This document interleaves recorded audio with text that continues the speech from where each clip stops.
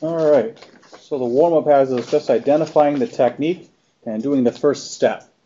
So one question you might have is, what's the first step? We'll kind of go through that for each one of these because if you've already started to look at that practice exam, this is a question that's kind of on there. And it's one that lets me determine whether we can identify which technique to use and get started without taking the time to go through the full process that might involve a lot of algebra or some other simplifications. So this way I can test on multiple concepts relatively quickly. So that's why I would ask kind of a question in this way. So let's start off with the first one. I'm going to start a clicker quiz here. Once again, a reminder that the frequency is DC.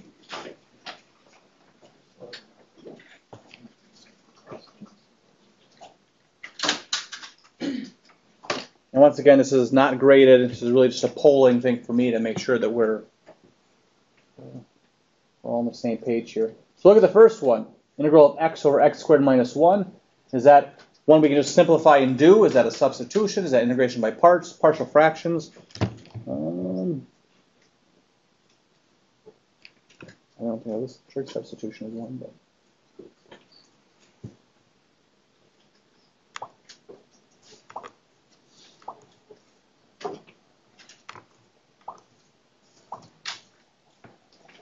Like 14-ish here, 15. All right, a little mixed here. Most say B, and I would agree with B. I believe it's substitution here. And really, it's one of the first things we look for. We try to see if there's some sort of simplification first. These are kind of written in some sort of order. But after that, we check our substitution first. Would integration by parts work on this? Possibly. But if substitution works, it's almost always easier. And what I see here is that in the denominator, I have x squared minus 1, and the derivative of that is going to look something like x, and x is a factor here. I can look at this fraction as x times 1 over x squared minus 1. So this would be substitution, and the substitution I would make would be u equal to x squared minus 1. And of course, I would take the derivative, solve for dx, and go through the rest of the steps. Any questions about that first one? All right, what about the next one?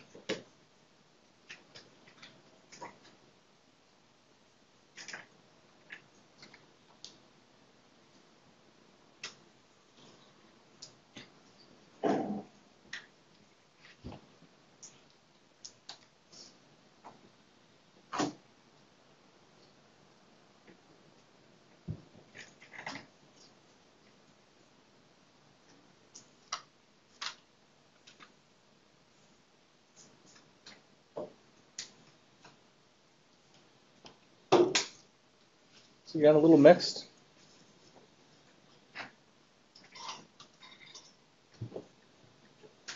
Then looking at this one, the first thing I check is there a simplification. I really don't see anything obvious there. I would probably at that point try to factor that denominator, though, to see if maybe that would help simplify things. If I factor that denominator, get x plus 1, x minus 1. That might be useful. If that numerator was x plus 1 or x minus 1, then we'd be able to factor and just cross out, and that would be a big simplification. Not so in this case, though. I can't use substitution because while the derivative will give me something like x, it won't give me x plus the right constant. That might not necessarily work here. Now there's actually kind of a couple options here that we might be able to use. I really could look at this as simplifying and saying this thing over x squared minus 1 and this thing over x squared minus 1. I could probably tackle it like that. I would have probably a trig substitution over here and something else. It would start to get ugly there. In fact, if we went down that route, my guess is it would kind of be circular and we'd get stuck somewhere. Of course, to know that for sure, you have to kind of follow that up a little while and see what you get. But the problem is you end up with 3 over x squared minus 1, and then how are we going to do that? I might think trig substitution, but there's not really a radical and actually it can factor, so we wouldn't even worry about it there. So really what we want to do is partial fractions here. This does factor into two pieces, so we want to take this thing and rewrite it as a over x plus 1 plus b over x minus 1 and do it that way. So this is really a partial fractions problem. Oops. Because once we rewrite it like that, we know that there is some a and b that will make this true, then the integration is pretty easy. It's just a natural log of x plus 1, b a natural log of x minus 1. This is a partial fractions problem.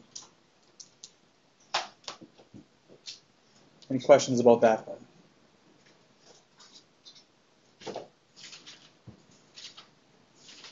What about the third one here? X squared minus 1 over x cubed.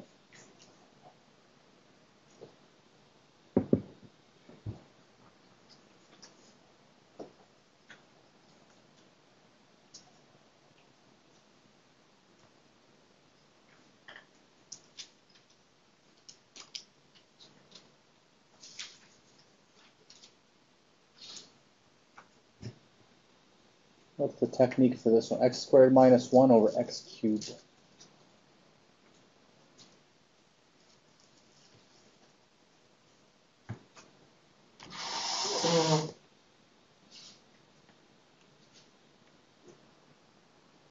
All right, a lot of mixed results, a lot of integration by parts, a lot of partial fractions. There's a lot of complicated techniques we can use. They involve a lot of stuff, so we don't want to forget our basic things here. And actually just rewrite this fraction as x squared over x cubed minus 1 over x cubed. So this is really just integral of 1 over x minus x to the negative 3. So we can just simplify the fraction and really get it to the difference of elementary integrals. We just have natural log of the absolute value of x, and we're just using power rule over here. So this is one we can just simplify. The key in that one is that we just have this fraction. The denominator is just one term here. It's not x cubed plus 1 or square root of a difference or something. It's just that one term. That's usually a big hint that we can simplify this thing. Questions about that one? Question. Yep. So if I looked at x to the negative third as like 1 over x to the third, that does not equal when the absolute value of x to the third? Nope, does not. And the way to remind ourselves of that is to take the derivative back, right? You get that result? Yeah. So your question was it natural log of x cubed? Yeah. So if we took the derivative of that, we would get 1 over x cubed times the derivative of the inside function. Okay. Right, so we get like a 3x squared, and it would definitely not be 1 over x cubed. Okay. Another way to think of that is that that's for that special case. That's for 1 over x where we're integrating that. Other questions?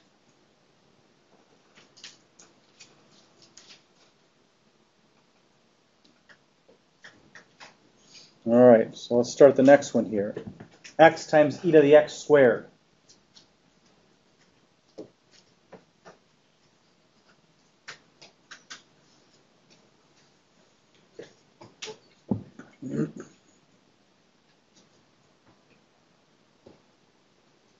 That one is a substitution. That one is a substitution. This first one was a substitution too. I write down the wrong letter. This one is also a substitution. And here we would let u equal x squared. That's our inside function. The derivative of x squared looks something like x. X is a factor here. And then the last one.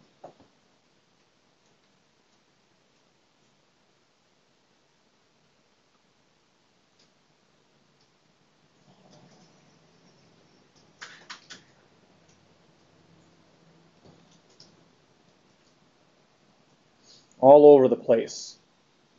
And we should be all over the place with this one. This one's a hard one. We might start going through our steps. Doesn't look like it was simplified. And I can't use substitution here. The substitution we'd want to make is let u equal x squared, but that would kick out an x, and I don't have that factor anymore. So substitution is not going to work. Now, partial fractions is not a fraction, so that doesn't seem to fit at all. Integration by parts, maybe we could use that invisible one idea. And really, to eliminate integration by parts, you'd have to try it a couple times. But if you did try it a couple times, you'd see that integral on the right-hand side would be getting uglier and uglier and uglier, and we'd be getting stuck.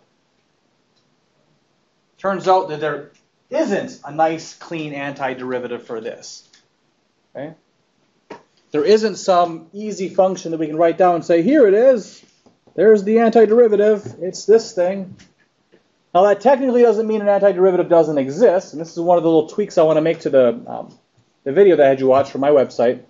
It's in there. I said, why do we use numerical techniques? And one of the reasons we gave was because there's some functions we can't integrate. We can't find an antiderivative. Not exactly true.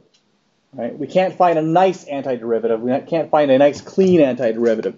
There is technically an antiderivative for this thing. If I want to find some function whose derivative is equal to e to the x squared, it would be the integral from 0 to t of e to the x squared dx. That would technically be an antiderivative. That would work. Not very useful, right? But we could actually get values if we did numerical techniques on this, and we could get a value for each t value. And so we can kind of define a function in terms of that.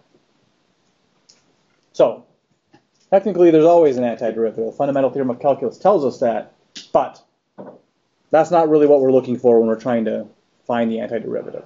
And so for this one, we can't find a nice, clean function antiderivative. So this would have to be a numerical technique. There's a couple of those that you really just have to recognize. And this is an important one, e to the x squared or e to the negative x squared. Because you see e to the negative x squared in statistics quite a bit. So it's actually a common thing to integrate. Another one that we'll have to kind of remember is sine x over x, cosine x over x. Those also don't have nice antiderivatives. Those also are ones you have to use numerical techniques on. And that one was mentioned in the video. All right. Any questions so far from the warm-up?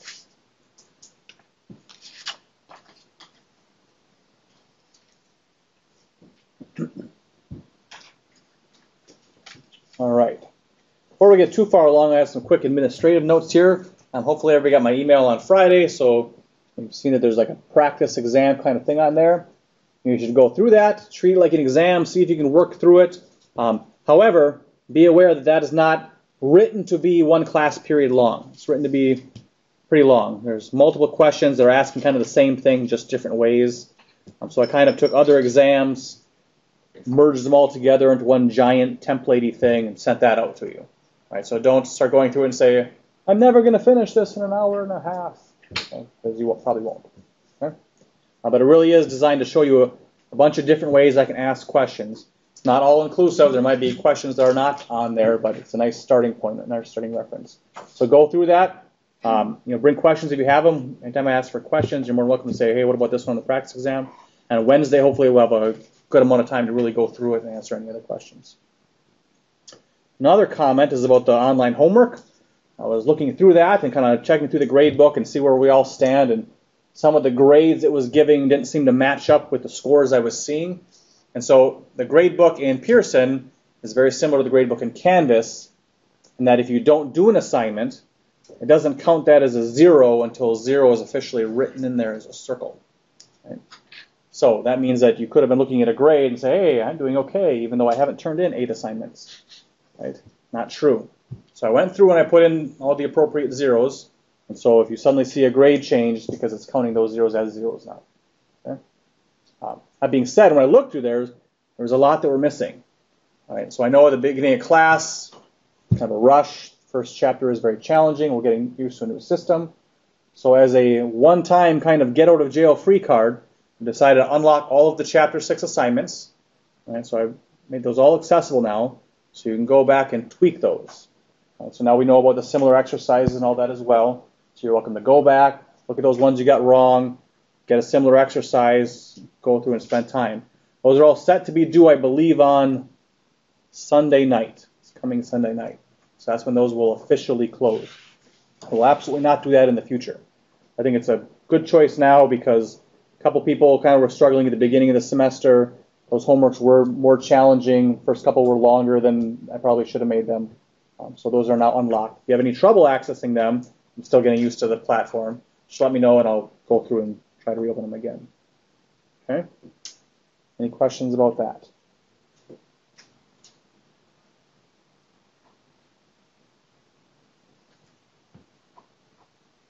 Okay.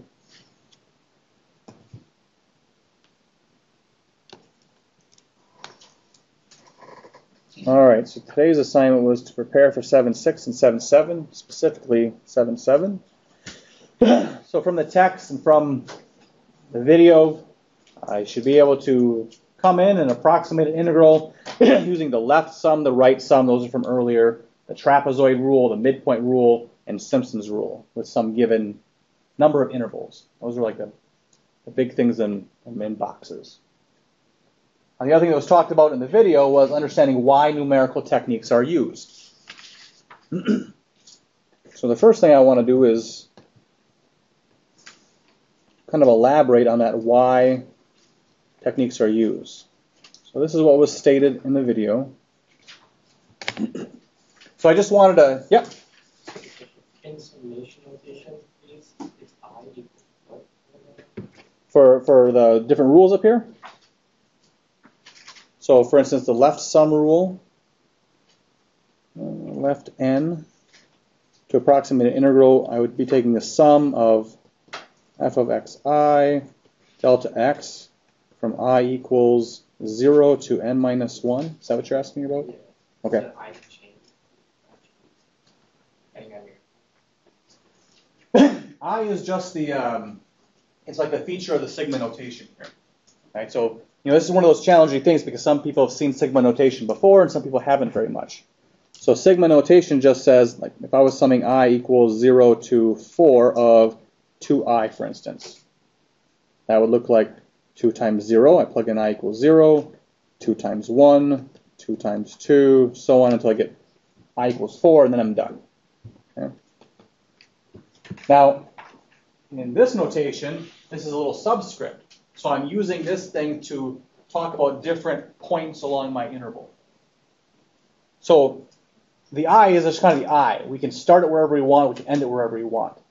But we will start it and end it at different spots depending on the different techniques.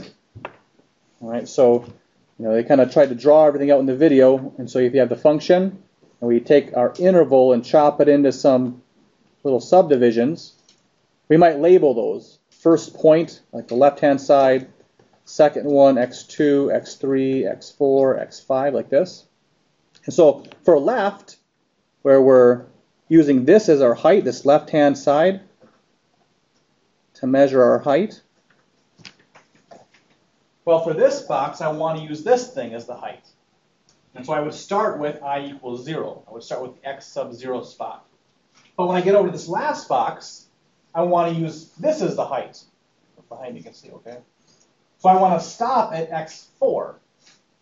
Right? So when there's 1, 2, 3, 4, 5 intervals, so I'm starting at I equals 0, I'm not going all the way to x5, I'm stopping at n minus 1, at 5 minus 1. Now if I was using the right-hand sum, where I want to approximate using the right-hand side of the interval, then I want to start at I equals 1 and stop all the way at n. Okay? So it's really the pictures that will tell us how to be careful of these two things. Now when we do a real integral, we have the limit definition, we don't even write this or this. Because it really doesn't matter where you start or end, you take the limit as the number of intervals goes to infinity. So if you ask us to write the general form of the summation notation for mean sum, Yep. that's what it would be. Yep, this would be the sigma notation definition for the left sum, absolutely. And then if you have the right sum, it would be I equals 1. Yep, absolutely, I equals 1 to n. What about mid?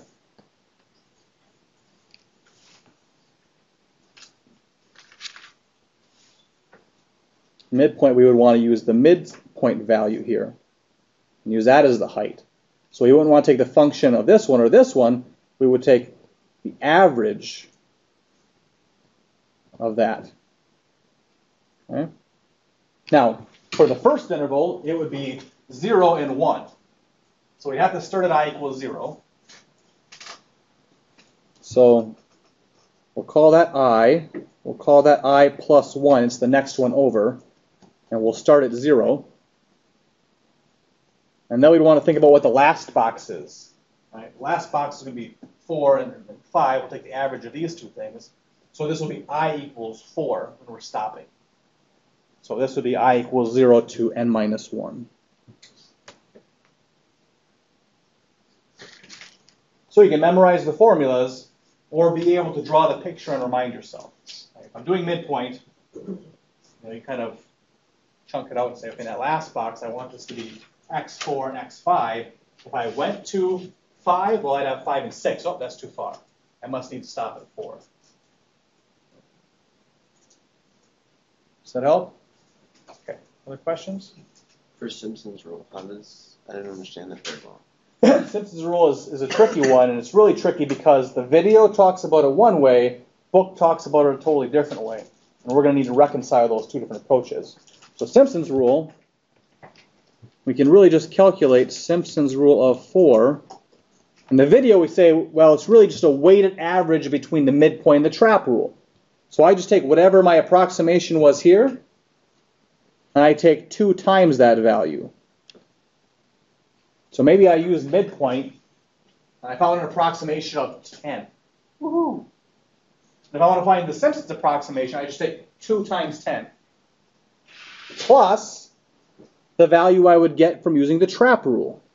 Trap 4. I'm taking a weighted average. If I take 2 of the first thing plus 1 of the third thing, I really added up 3 different things. So to take the average, I divide by 3. It's kind of like we're saying, mid's pretty good, trap's pretty good, maybe we should average them. If I did that, I would take mid plus trap divided by 2. But if we've done a whole bunch of these, it turns out mid's actually a little better than trap. So we want to count that one a little more.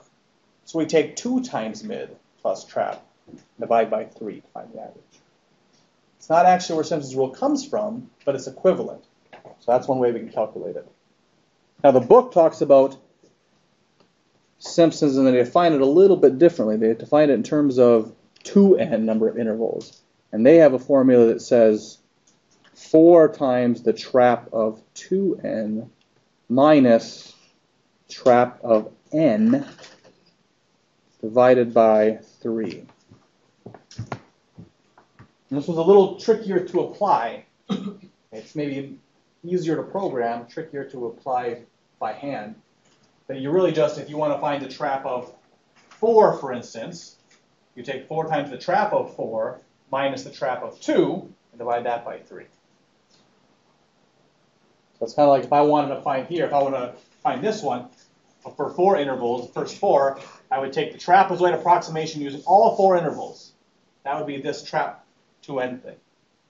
And then I would just take the trap using just 2 intervals. And that would be this piece. 4, the first one, minus that one, divided by 3. This one's Will they give you the same answer, though? Yeah. Other questions from this kind of applying these different numerical techniques? What was the trap equals 2, or trap 2n? So they're kind of saying the same thing in disguise a little bit, right? This one says use the midpoint rule. Well, the midpoint rule is just essentially taking function values in between the other function values. And that's kind of what this is saying. It's saying that if you want to do trap 4, you have to use all these pieces, and you trap n, you're kind of using just the middle one. So they kind of balance each other out. They're really saying the same thing when you actually look at each function evaluation. So the 2n kind of notation is a little ugly. But if we just think about a specific value here, Simpsons of 4, for instance, then that 2n is taking the value of 4. Okay? So if I took, let me just write that out here. So that means if I looked at specifically Simpsons of 4, that would be 4 trap of 4 minus trap of 2 all over 3. Okay, and now I have trap 4 and trap 2 defined for. Does that make sense? Okay.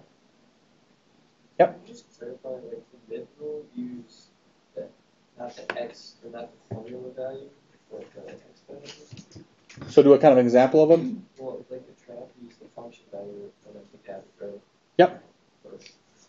But here you're averaging the x values. So it's kind of like this. And just zip some of these formulas off here.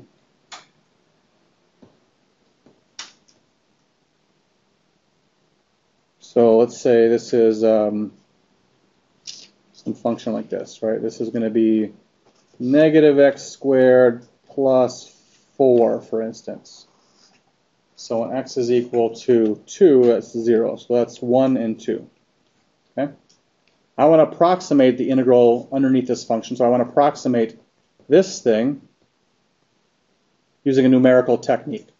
I'm going to approximate it with mid 2. Okay? So mid 2 says I'm using 2 intervals. So here's my intervals. I have 1 interval and 1 interval. Okay?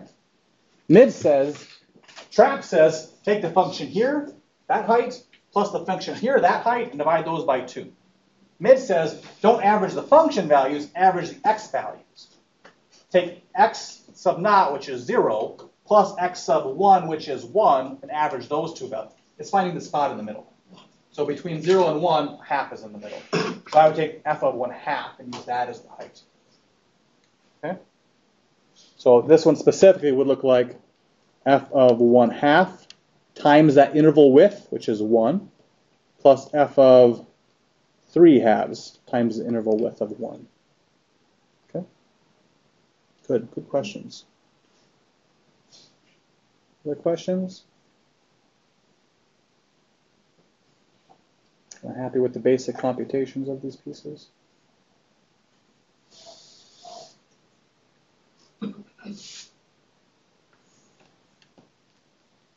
Okay. All right, so like I said, from the video, from the review, I want you to be at the point where you can do those basic calculations. I don't care which rule you use for Simpsons, whichever, but from those resources, you should be able to take a small example and just calculate out left, right, trap, mid, and Simpsons. It's a very mechanical process. If you have questions about that, make sure you ask. The other thing in the video was understanding why we use numerical techniques at all. And so in the video, I gave you kind of 3 reasons, and I talked about them, but I'd like to take just a little bit of time just to show you them. So I have a little Mathematica document out. The first thing is why we use these techniques. And the first reason it says we can't find antiderivatives for some integrals. We can't find closed form antiderivatives. Right? Technically, there's always an antiderivative, but sometimes it's represented in terms of an integral. So here's an example. This example is too difficult. If I integrate this with respect to x, Mathematica whirls for a little bit and says, no, thank you. Right? It's essentially too challenging to do. Right? It doesn't have that antiderivative form. So we really have that as a problem. Next one, in real life, our information is data, not a function. Hopefully we'll have time to get to that later. And the video talks about that a little bit. The third one is it can be quicker or more efficient to find an approximation. And I'll show you a quick example of that here. This is a function. We find it to be sine of x squared plus tangent cosine, an exponential over here, whatever it is. Now this timing command is just going to keep track of how long it takes to do the integrate command. And it's going to tell me that in seconds. So I am going to run this. And so integrate, like in section 7.6, one of the nice things it does is it talks about how when we do a computer algebra system to do an integration, it might do it 2 different ways. It might do it symbolically, and it might do it numerically. And so Mathematica has both of those features. Integrate will do it symbolically. It will find the antiderivative and evaluate 2 different spots to actually find the value. And integrate will do some sort of numerical technique. It will do trap or mid or whatever you want it to do. Probably a little fancier than the ones we're going to learn, but it will do some sort of numerical technique. Now when we did this integration, this is the value I got for the integral, and this is how long it took, 19 seconds. Not too bad, right? But in a real life problem, if we were doing some complicated problem, we might have to integrate over 10,000 different regions, the same function. Or we might have to do this integration and change one little piece 10,000 different times. That's a lot of integration. That 19 seconds adds up really fast. Now when I integrate that same function using n-integrate, where they use a numerical technique, 0.03 seconds. So that's a real consideration that we have to be aware of for real problems. Okay? Sometimes numerical techniques are just faster. And maybe that integration we needed to do is actually just one piece in approximating a real solution. So if we're just approximating a solution anyway, I don't really care if I approximate the integral along the way. questions about that? All right, so that's just kind of reinforcing those why we actually do numerical techniques. They really are important. All right, so the next piece we said was using those techniques. And I'm very glad we got a lot of good questions because there is a preparation quiz. We'll come back to this second in a little bit. And this is what it's going to be. Approximate this integral, the integral of this thing from 0 to 4, using these techniques, using intervals of 2.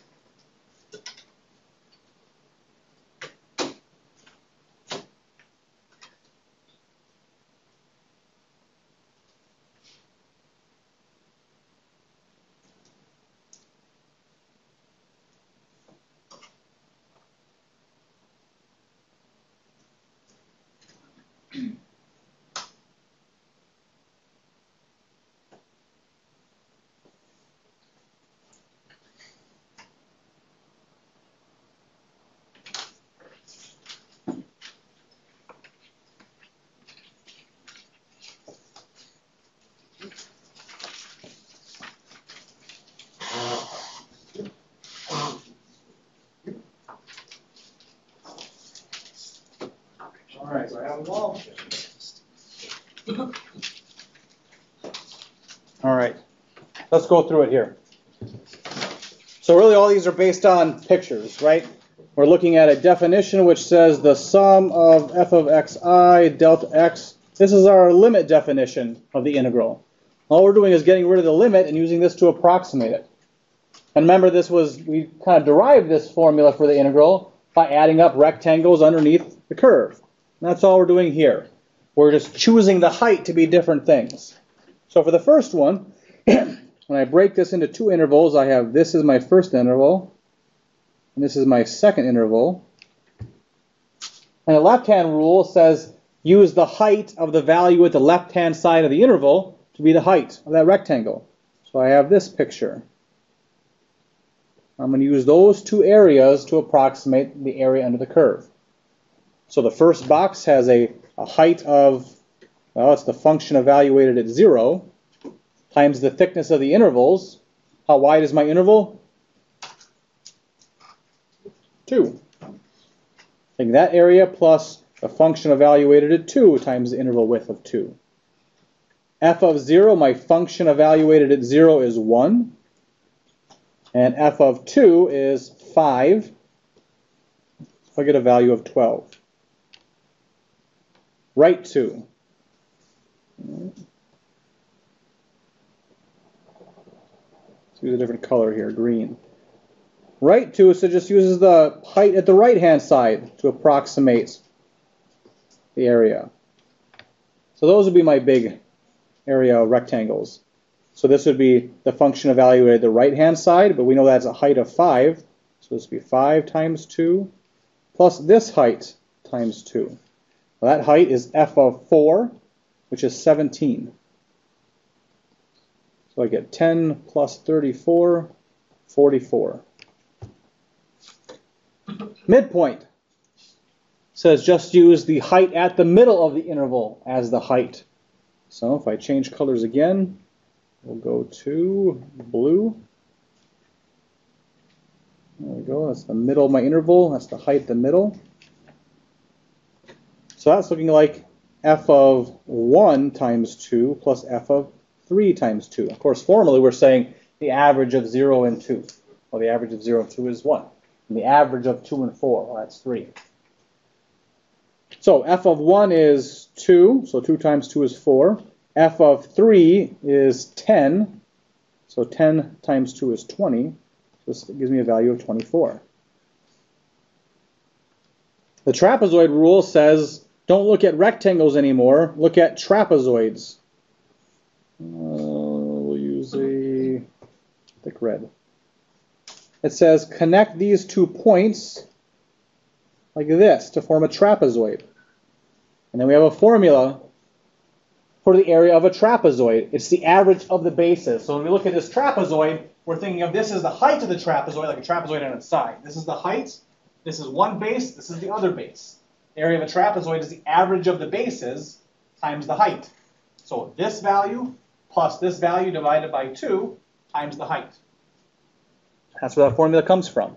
So here we have, let's see, f of 0 is 1 plus f of 2, which was 5, all over 2. Let me just do this a little bit differently so I can show the steps here. F of 0 plus f of 2 divided by 2 times the interval, which is 2, plus f of 2 plus f of 4 divided by 2 times the interval of 2. We could calculate those pieces out, or we could do a little bit of algebra. Let's play with this thing for a second. Okay. If I factor the 1/2 out of both, I'll put that out front. And then I'll look at distributing this 2. I'll get f of 0 times 2 plus f of 2 times 2 plus, I'm going to room here a little bit, f of 2 times 2 plus f of 4 times 2. Sorry for the running out of room. But f of 0 times 2 plus f of 2 times 2, I've seen that before. Where have I seen that piece before? It's the left-hand sum. F of 2 times 2 plus f of 4 times 2, what's that piece? The right-hand sum. So a trap is really just averaging the left and right values. So we can actually calculate it directly like that. We can actually calculate trap not in individual sections if we want, but we can really just take left plus right divided by 2. I can take 12 plus 44 divided by 2. That gives me, let's see, 56 divided by 2. And that should be 28. Questions about that? And then the easiest way to find Simpsons is using the formula that was given in the video, which is 2 times midpoint plus trap all over 3. So my midpoint value was 24. My trap value was 28. So essentially a weighted average of those. I get 48 plus 28 over 3. That's 76 divided by 3. And that comes out to be 25 and a third. Questions about that?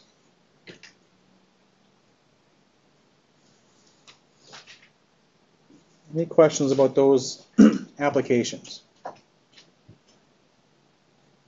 Okay, now I have a bunch of points. Before we go through the individual points here, I want to zip back up to the rest of our goals for the rest of class.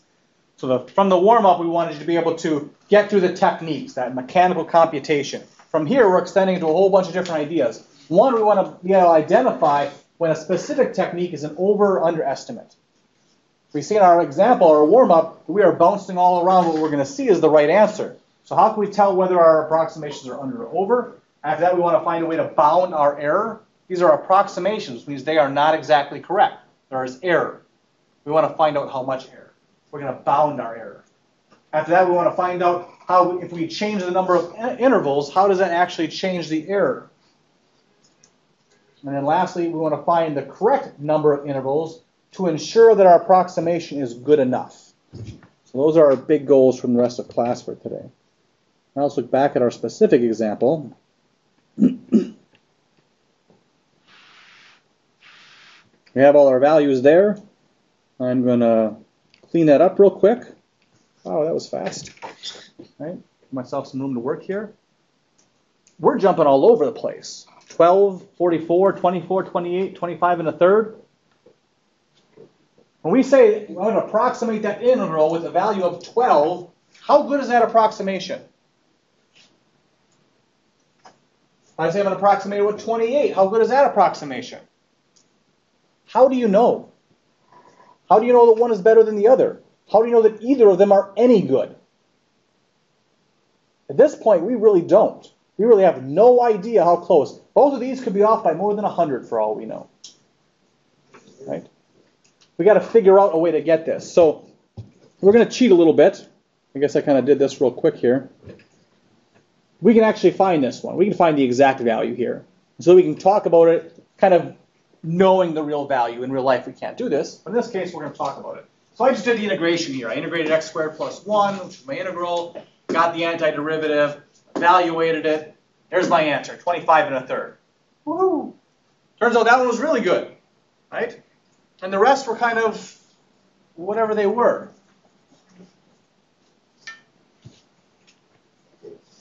So one way we're going to talk about how close we are to the real answer is we want to get a sense of whether our answers, our guesses, are over or under the real value. And to talk about that, it really just comes down to the geometry of the technique. In this case, when we drew out that left-hand approximation, we drew it out like this. Is that going to be over or under the real value? Under. That's always going to be the case when the function is increasing. If the function was decreasing, and we did a left-hand technique, what would it be? Over or under? Over. Okay. So we can kind of draw out the pictures of what they represent and see whether they're over or under. So now we know that the left-hand technique is under for increasing function, and it's over for a decreasing function. But what about mid and trap? Well, geometrically, we have to understand what those things are giving us. Trap gives us the trapezoid where we connect the endpoints of our interval. Is that going to be over or under in this case? Over. But why? Is it because it's increasing? Here's a different function. Like that. If I did trap here, it would be like this. Over or under? Under, but isn't that increasing? It's the concavity, not the increasing, that's important here. So this function is concave up. If the function is concave up, trap will always be an overestimate. Now what about midpoint? Midpoint we draw like this. That's how we draw our midpoint. There's actually another drawing that will work as well. What I can do is look at that midpoint value and draw the tangent line at that value. Here's my tangent line. Not a very good tangent line. So we'll try that again. This is not going to be any better. I can tell already. There's my tangent line.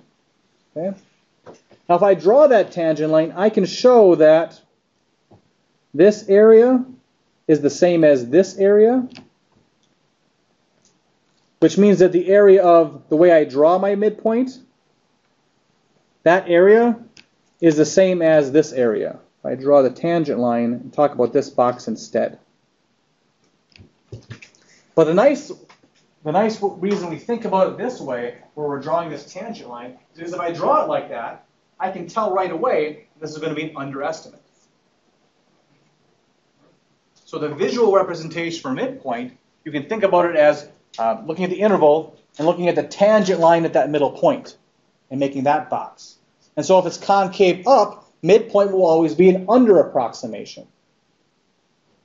Okay? So we got a little summary going on here.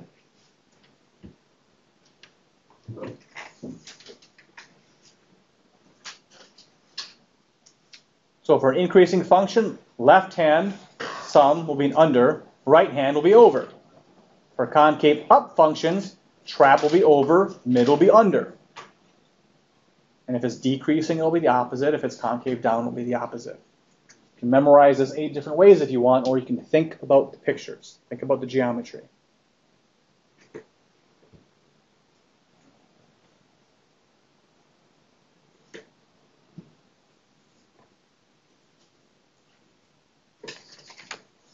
So that's one thing we want to be able to see from our results. Our results are going to match this idea.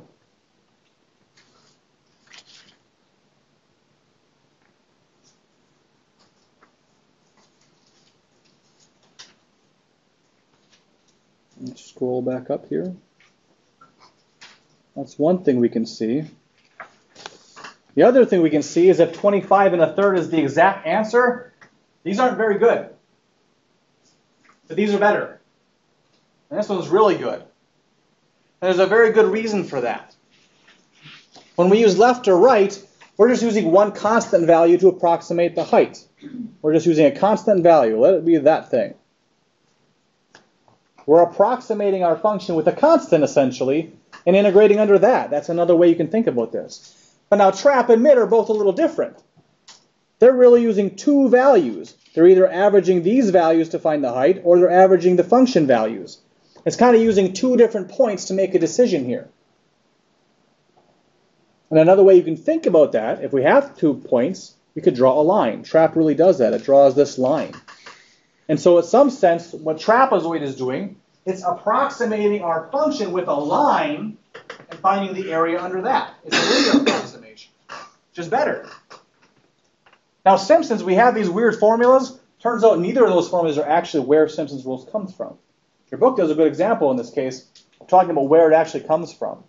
It comes from saying, okay, I have 3 points here. I can use those 3 points to find a quadratic polynomial. I'm going to approximate our function with a polynomial and find the area under that. And that's really where we get Simpsons Rule from. It's a quadratic approximation. And that should also explain why we're getting an exact answer here. Because what kind of function do we actually have here? A quadratic. So essentially we're taking a quadratic, approximating it with a quadratic, and then integrating that. We should get the exact answer. So anytime you have a second degree function and you use Simpsons Rule, you will get an exact answer. Anytime you have a linear function and you use trap or mid, you will get an exact answer. If it's not one of those things, Simpsons will still be a better approximation than trap or mid. So there's really a ranking system, these approximations. These two are the worst, these two are the next best, and Simpsons Rule is even better. And it turns out, numerically, mid tends to outperform trap a little bit. Something just to kind of note. Okay. Any questions about that?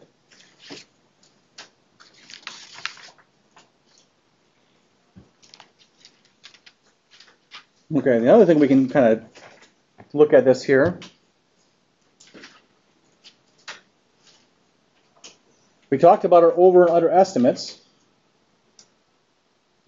And so if we look at these values, that's a really useful thing to me. Because now, if I just look at the numbers, if I look at left 2, it's equal to 12, I really have no idea how close I am to the exact answer. But I know that that is going to be under approximation. And if I look at trap, that has a value of 28, I really have no idea how close that is to the right answer. But I know it's over. What that tells me is that the real answer is between 12 and 28. And so if I approximate it with 28, the biggest error I can possibly have by approximating with 28 would be 16. My error can't be any worse than that. So I've bounded my error. Now, is the error actually 16? No, it's much better than that. It's much smaller of an error than that. I won't know that in real life. But I can say 100% that my error is less than 16. Now, that doesn't sound very powerful, right? It doesn't sound like a very good approximation. But remember, we're using n equals 2 here, which is a very small number of intervals. If I used n equals 20, for instance, if I chop this up to a much smaller intervals, my approximation should get much, much better, which means this error bound will be much, much tighter. So I can really use that over and under estimate to talk about the error bound. Okay. Let's see what happens if we use bigger values here. We're going to go to Mathematica a little bit and do some numerical techniques here. So I want to program this stuff because I don't want to calculate n equals 200. And that's what I was going to say there, okay? Left 200 should be much better. Why don't you real quick calculate that thing? And that would take us a long, long time. So we want to use a numerical technique here. We want to use Mathematica to program that stuff. So how are we going to do that? How are we going to program this stuff in Mathematica? Well, I have a definition. By definition, my left-hand rule is the sum from I equals 0 to n minus 1 of f of x sub I delta x. Okay? So I basically want to write a command in Mathematica that's going to take a function, take a number of intervals, an n value, and do this calculation for me. So maybe I could even just type that thing in here. First, I'll define a couple things here. I'll define my interval, starting at A, ending at B, whatever I want here. I can use that interval and the number of n to find out what delta x is. You've kind of seen that before, right? I take that difference of the ending point and the beginning point, divide by n. That should give me my delta x. I'm going to define some function here. I'm going to try to write out a command called left sum. I want it to take a function in. I want to take it the number of intervals in. And I want it to kick out this value. So I'm going to calculate a sum. I could use the sum command, or I can be all fancy and make the sigma notation. By all means, use the palette or the command. I want to go from I equals 0. I want to go up to n minus 1. So now, if I just type this stuff in, there's a little problem here.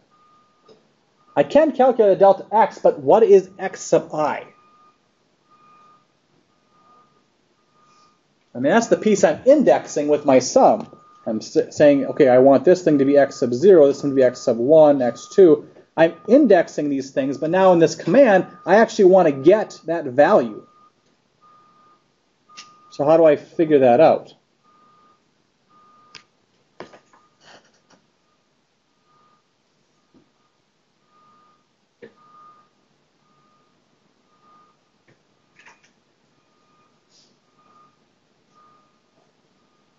Well, for this one, for my starting case here, let's take this interval from 0 to 4, and we'll divide up into 4 pieces. So now I have x sub 0, x sub 1, x sub 2, x sub 3, x sub 4. X sub 0, I kind of know that one. I know where I'm starting, I know where I'm ending. So I know that my very first one, x sub 0, is going to be A. So in this case, I know my first one is 0. What's my next one? What's x sub 1?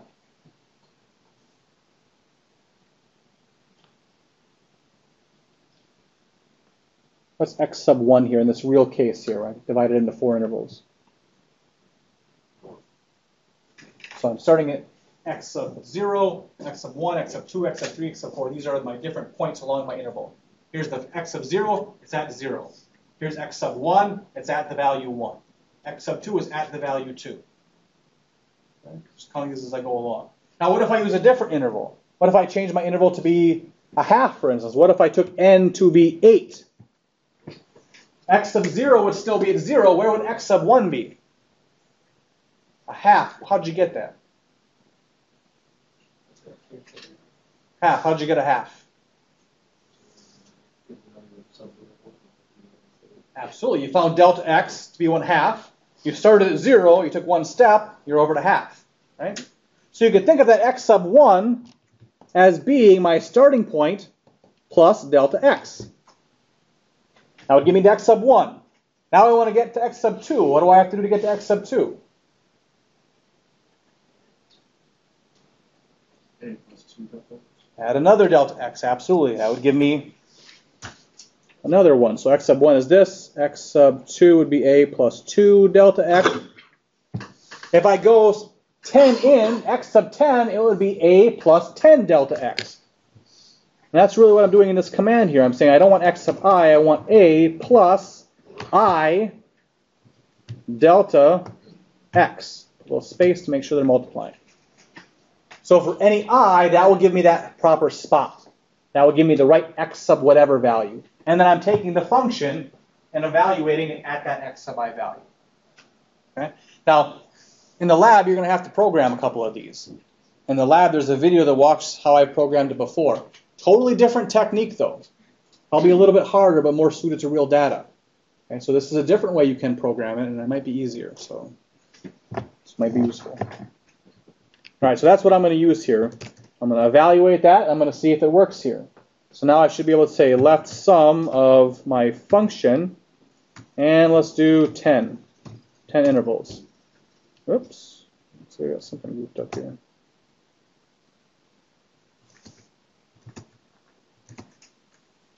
Oh,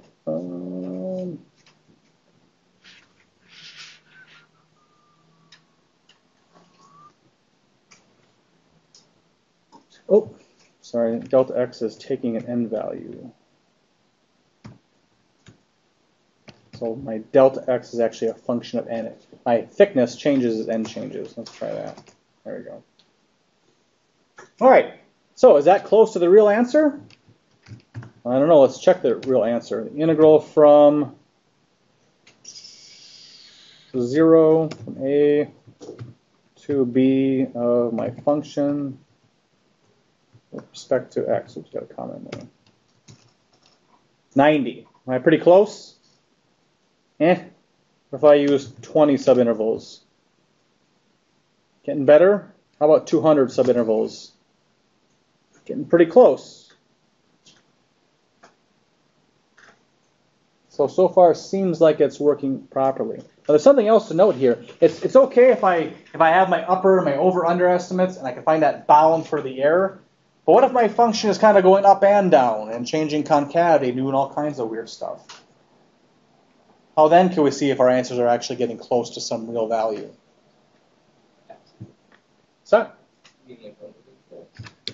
yeah, so maybe I have a function that looks like this.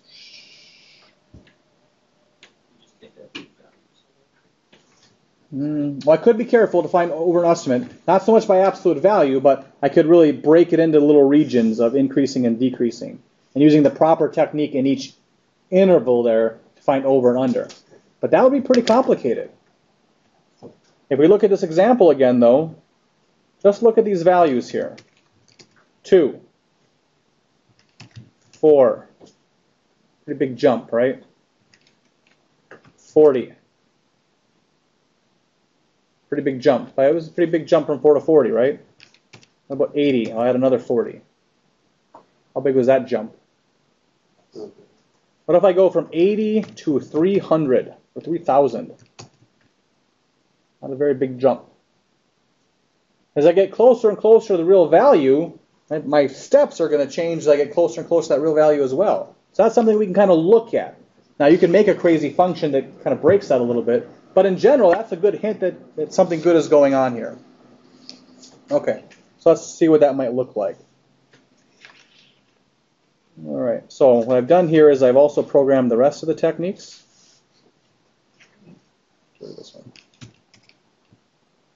So I'm just going to run those. One of the nice things about mathematics is you can really type them out almost like the actual formulas in the book, and they work pretty good. So I'm going to use and kind of look at the results of these things. All right. So what I decided I wanted to do was look at a picture. I was able to check a whole bunch of left values there, right? I did it for 2 and then 4 and then whatever, and 40 and 3,000. And I could see the results I got, the value I got from approximating with that many intervals. But I was just kind of going through a bunch of values, and it was hard for me to see. So instead what I'm going to do is I'm going to look at a bunch of points. I'm going to match up this many intervals with this approximation, and that will give me a point. I'm going to run that through up to 200-ish. Okay? I'm just going to see what these different solutions look like. And then I can plot them real quick. So what this is telling me is that when I use the right sum technique, and I use 40 intervals, this is the approximation value I get, 93-ish. If I use 80 intervals, this is what I get for an approximation. Now, if I use a different technique like trap, that would be the blue ones. If I approximate the trap with, I don't know, 10 maybe, I get 91-ish. So these are giving me the approximation values as I change my interval values. And if I just look at that picture, I can pretty much tell what the right answer is, right? The exact value looks like it's 90. Everything seems like it's coming together at 90. So that visualization is a very useful tool when we're doing a numerical technique. I can see a bunch of other things as well. I notice my trap technique, I'm approximating above going down. It means my trap is an overestimate. Well, that makes sense. In this case, my function was x squared plus x, but that's still a parabola opening up. It's going to be concave up. So I expect trap to be over.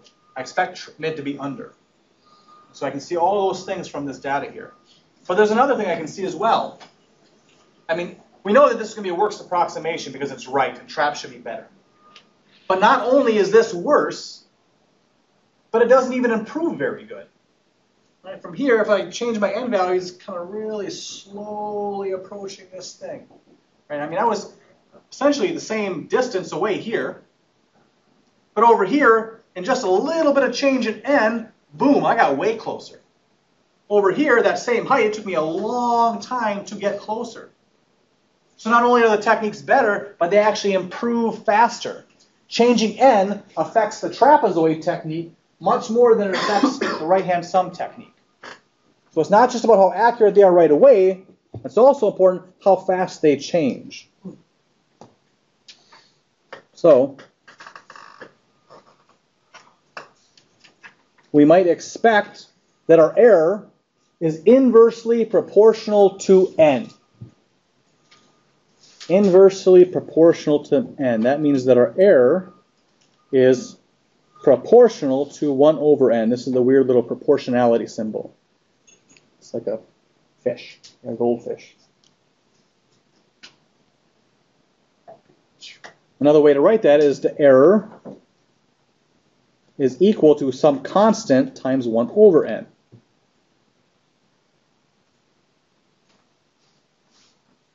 So we might think that that is true. We see that if our number of intervals goes up, our error should go down. But it turns out it's actually better than that.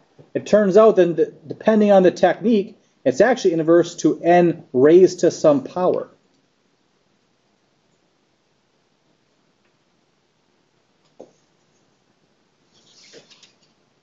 And what that a value is depends on what technique we use. Now, your book will write this a little bit different. Your book will talk about the error being proportional to delta x. So error is equal to some constant times delta x. Is that the same thing or is that different? Should I change the formula here? It's really the same thing because what is delta x? Delta x is just some number divided by n. Right? It's just some constant divided by n. So your book might write delta x raised to some power. You could write 1 over n raised to some power. Okay, so we'll jump right to the conclusion here. This is the relationship between the different techniques and how n changes the error. It says our error changes proportionally to 1 over n for the left and right techniques. What this means is if I double n, if I were to double the number of intervals I use using one of these techniques, my error would get cut in half. That's what this is telling me. The big note here at the bottom is that this doesn't tell us what our error is, it just tells us how our error changes.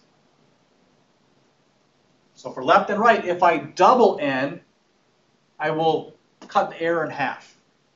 But it's different for trap and mid because it's proportional to 1 over n squared. If I double n, I actually cut my error into a fourth. I divide it by n squared. And that factor I'm changing squared. And it's even better for Simpsons Rule because I wrote that incorrectly there. But this should be 1 over n to the 4th power. 1 over n to the 4th. So what does this look like? If I use trap 4 to approximate an integral, and I get an error of 0.02. Then I use trap 20 What is the new error? What is the new error? And so this is how we kind of talk about it. I have some first error. Error is proportional. It's equal to k times 1 over my first n value squared. That's my formula for trap. The error is proportional to 1 over n squared. I'm going to change the value n and I'll get a new error. And so let's say that when I change n, I am really looking at 5 times my first n. And that's what I did here. I went from 4 to 20. And so my new number of intervals was 5 times my first interval. So I just plug that back into my formula. I want to see what happens to E2. But what I'm going to do here is I'm going to say this is the same thing as k times 1 over, I'll square both of those terms. And then I'll factor out that 1/25th. But what is this piece?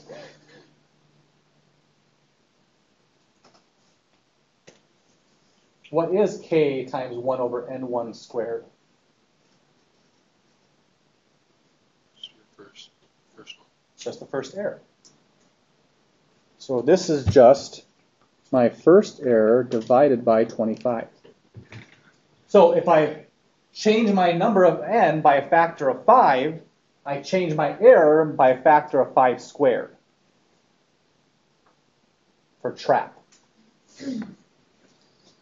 Questions about that?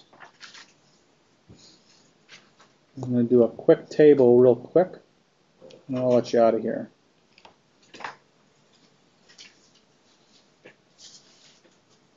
I'll do the first one here. Left 6 gives me an error of 0.22.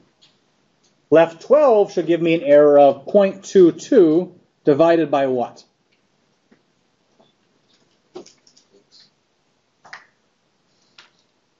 Not 6. It's divided by the factor I've changed n by. I've doubled n here.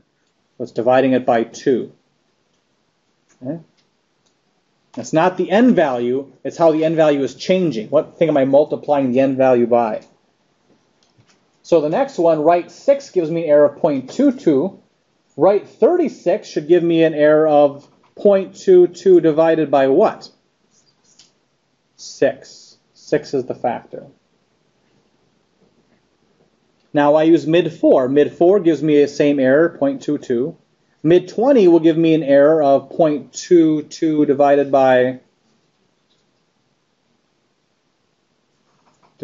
what? Not 5. 5 is the factor, but midpoint, the error is proportional to 1 over n squared. So not divided by 5, divided by 25, divided by 5 squared. Very powerful. If I change my n by a factor of 5, up here, it only divide my error by 5. Here, it will divide my error by 25. That's why these techniques are so much better. The next one, trap, is the same way. The error in trap is proportional to 1 over n squared. Trap 4 gives me an error of 0.22. Trap 40 will give me an error of 0.22 divided by 100. Change my factor by a factor of, or my n by a factor of 10. I divide my error by 10 squared. And the last one, I go from simp 2 to simp 6. Not a big change in n values.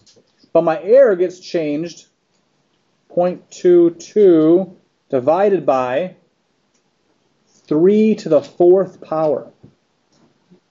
So by a factor of, what was that, 81? Just for going from simp 2 to simp 6. Now, this is kind of weird, right? Because, you know what? If I knew what the exact error was, I wouldn't waste my time with anything else. I would know the exact value. Right? Approximation, I know the exact error. I must know the real value somewhere. But we don't really use it like that. But what we do is we say, like we did in the beginning, if I have an over and an under, I have an error bound. That might not be exact, but I know that that error bound is the worst possible error. And if I take that error and divide it by 100, maybe I shrink that bound to something reasonable. Okay, so first we set up an error bound, and then we can use this to find out how many n we need to make sure that bound is very, very small. We're going to finish that up tomorrow, and then we'll talk about improper integrals. So we will finish this topic tomorrow, probably take a good 20, 25 minutes, and then we'll finish improper integrals. We'll start improper integrals. So prepare for 7.8. Have like a study session for the exam. Just the one that's in class. So we'll finish up our last topic tomorrow, hopefully, and then Wednesday's class should So these be topics review. will be on the exam? Yep. Yep.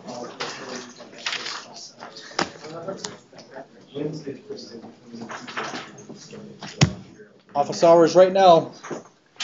class right now.